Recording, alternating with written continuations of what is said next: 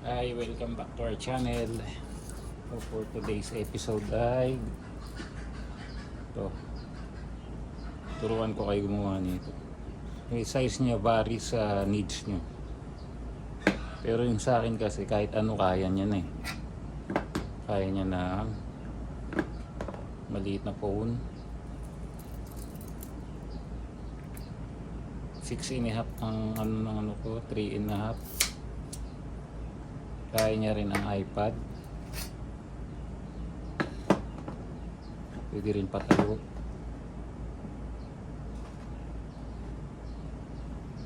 So, uunahin natin gawin itong base niya, guys. Ang base niya ay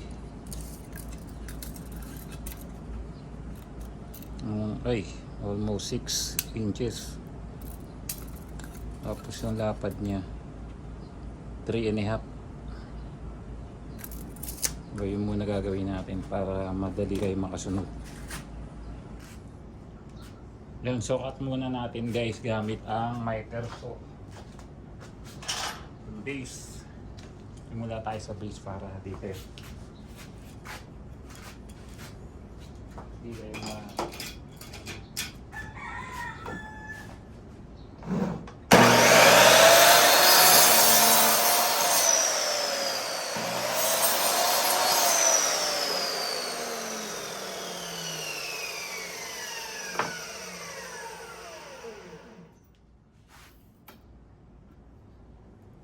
almost 6 eh.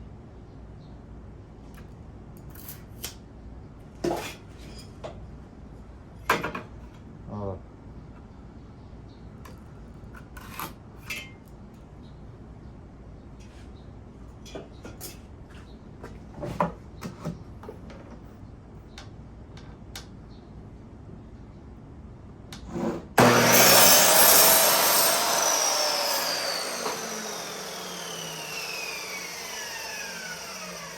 Next ay anuhin natin to. Oh, pwede rin naman dito.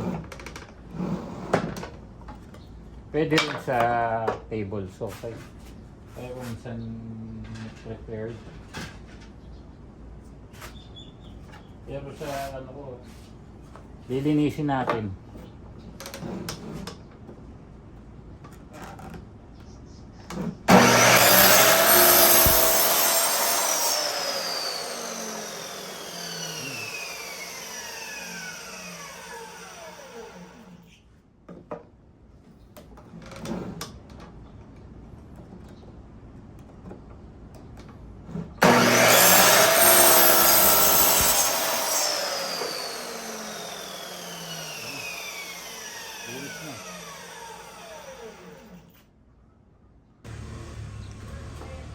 Then next ay gagawa natin siya ng groove para dito kakalang yung iPhone, yung iPad. Gagamitin natin tong miter. So meron siya kasing adjustment dito guys na yung depth niya pag press mong ganyan hanggang dyan na lang. So magiging uniform yung ano niya. Tuturo ko sa inyo kung nasan guys. Ito, kita nyo yun? Teka nga, pakita ko sa inyo. So yan, adjust nyo lang yan. Ito tatama dyan. Pakita ko sa inyo. Tatama na siya. Tatama na, ayan na, ayan na. Ayun. So, may lock siya, ayun. Ito yung lock nya. So, gawin natin, try natin gawin.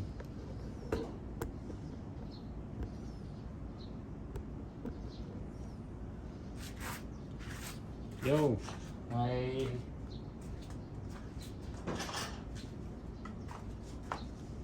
nilagyan ko ng sacrificial na ano dito.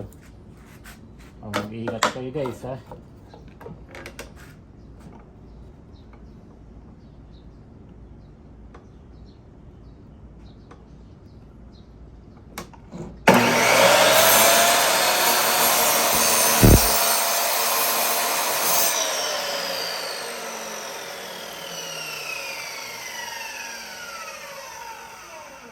natin. Wait a minute, we have an issue. Hindi pwede to guys.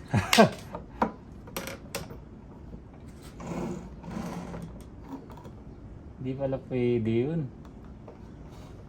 Okay, so kailangan ay mga ganito kakapal para hanggang dito. So kailangan na makapal. Wow, ang ganda nito.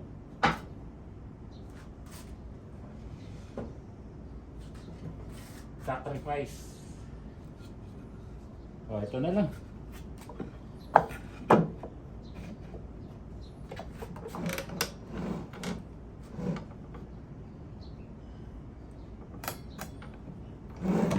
Ingat kayo.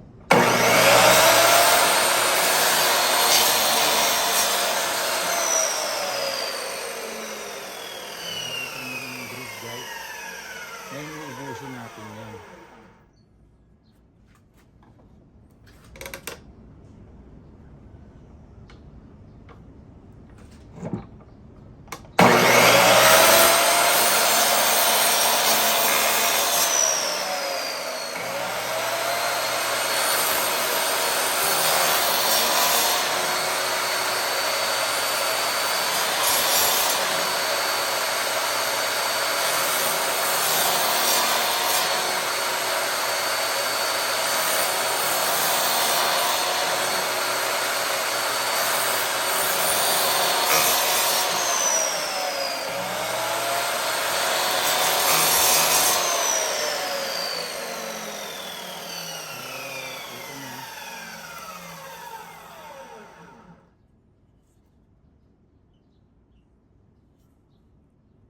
So, lilinisin na lang natin.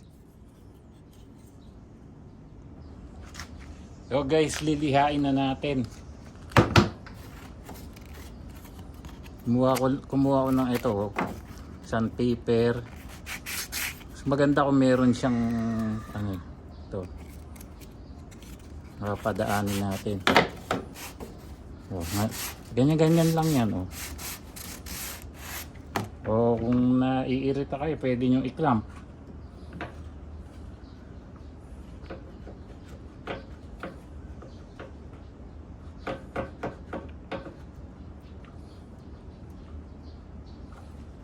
Then, yan.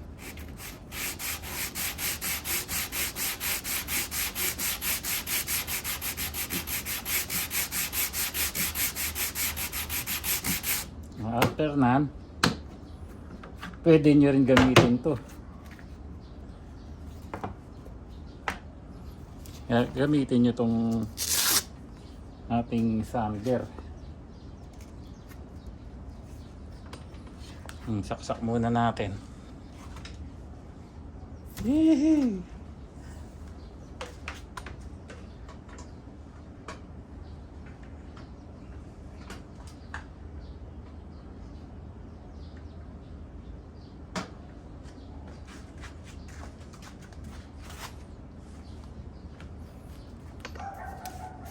Naman ba? Wala.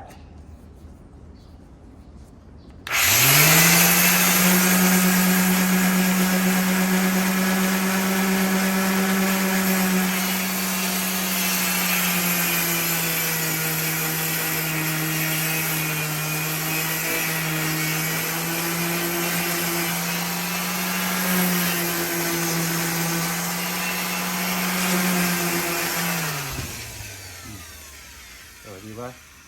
Bilis. Yee! Next naman ay lalagyan natin siya ng design, guys. Groove. Papakita ko sa inyo mamaya. Dali lang, balik tayo. Oh guys, lalagyan natin ng design yung mga gilid. Gamit yung router. Profile edge by bit. Yung gamit. Try natin.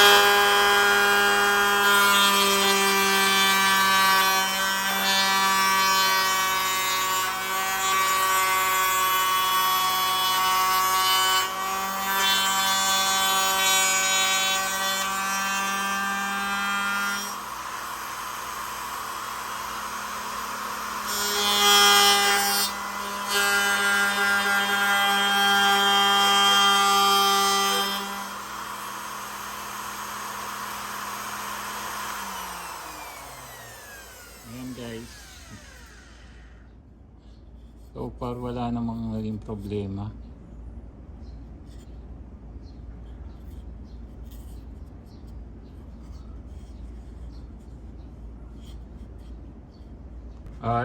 Ito na putol ko na guys. Ngayon yung height niya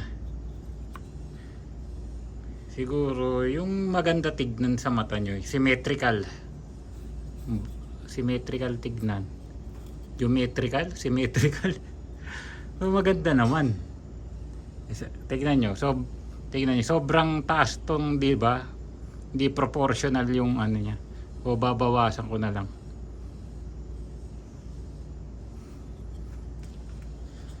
Teka. Try natin to dito, papakita ko sa inyo. Okay. Tingnan natin.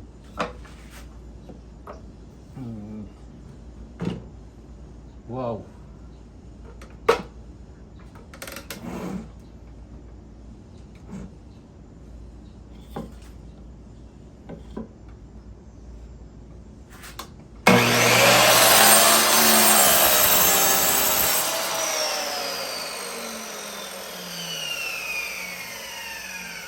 Yun. Ito yung nasabi ko guys. Tingin nyo okay na ba, pasada na ba yung ano, yung symmetrical na tignan, proportionate ang size. Tingin nyo okay na yan. So, ang susunod na gagawin natin ay lalagyan din ulit natin ng design. Pupunta na tayo dun, banda dun. So ito na, bali na liha ko na ng konti. Naano-mano ko na lang. Try natin. Tingnan natin.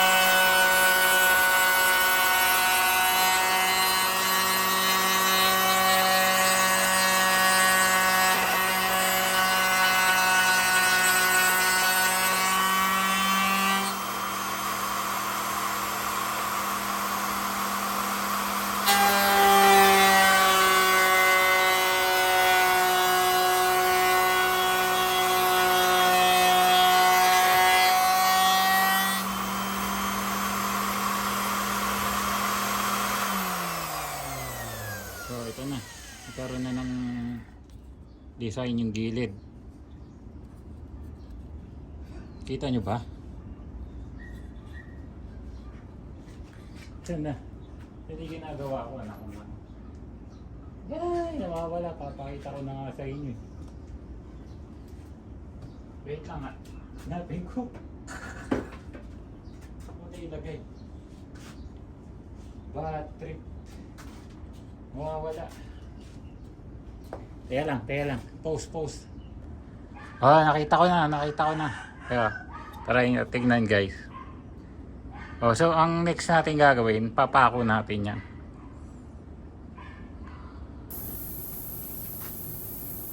So ito, lalagyan lang muna natin ng glue.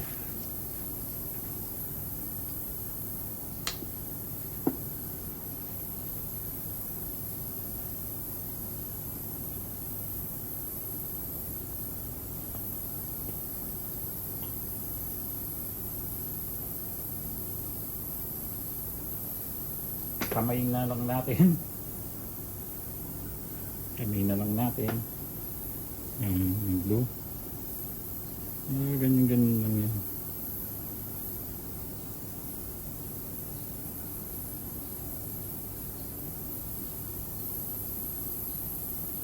Punasan. Yeah. Ingat kayo guys, na kailangan may PPE kayo. Baka maano kayo sa mata. Pako. Ngayon, kanya-kanyang diskarte yan. Paano mapako ngayon ito. Kailangan nyo gawa ng jig.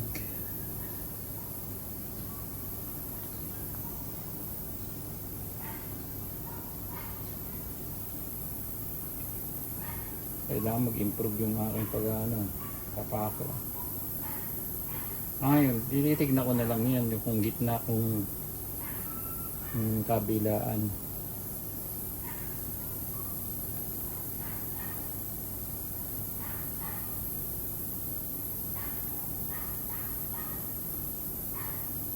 Hirap pa. Yun ang madaling bagay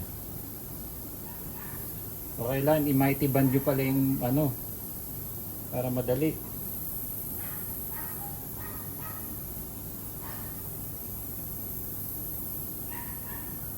Kabila muna ng pako natin.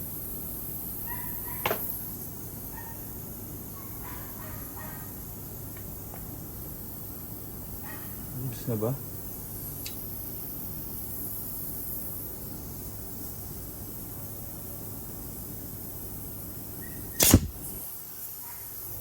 Uy, nachamba. So ngayon, siyempre dito naman natin i-adjust.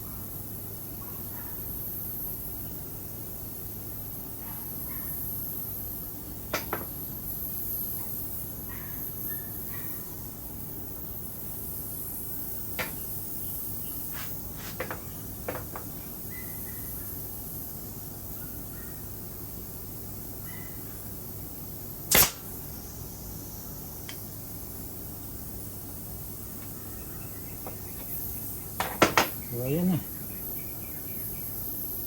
Yo.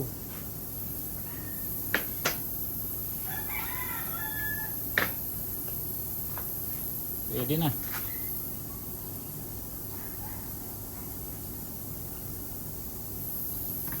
Pakit natin sa mga ating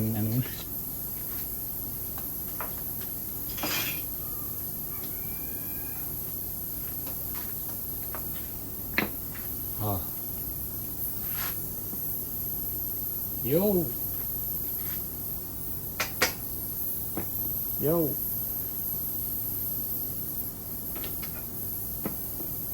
Okay. Panalo.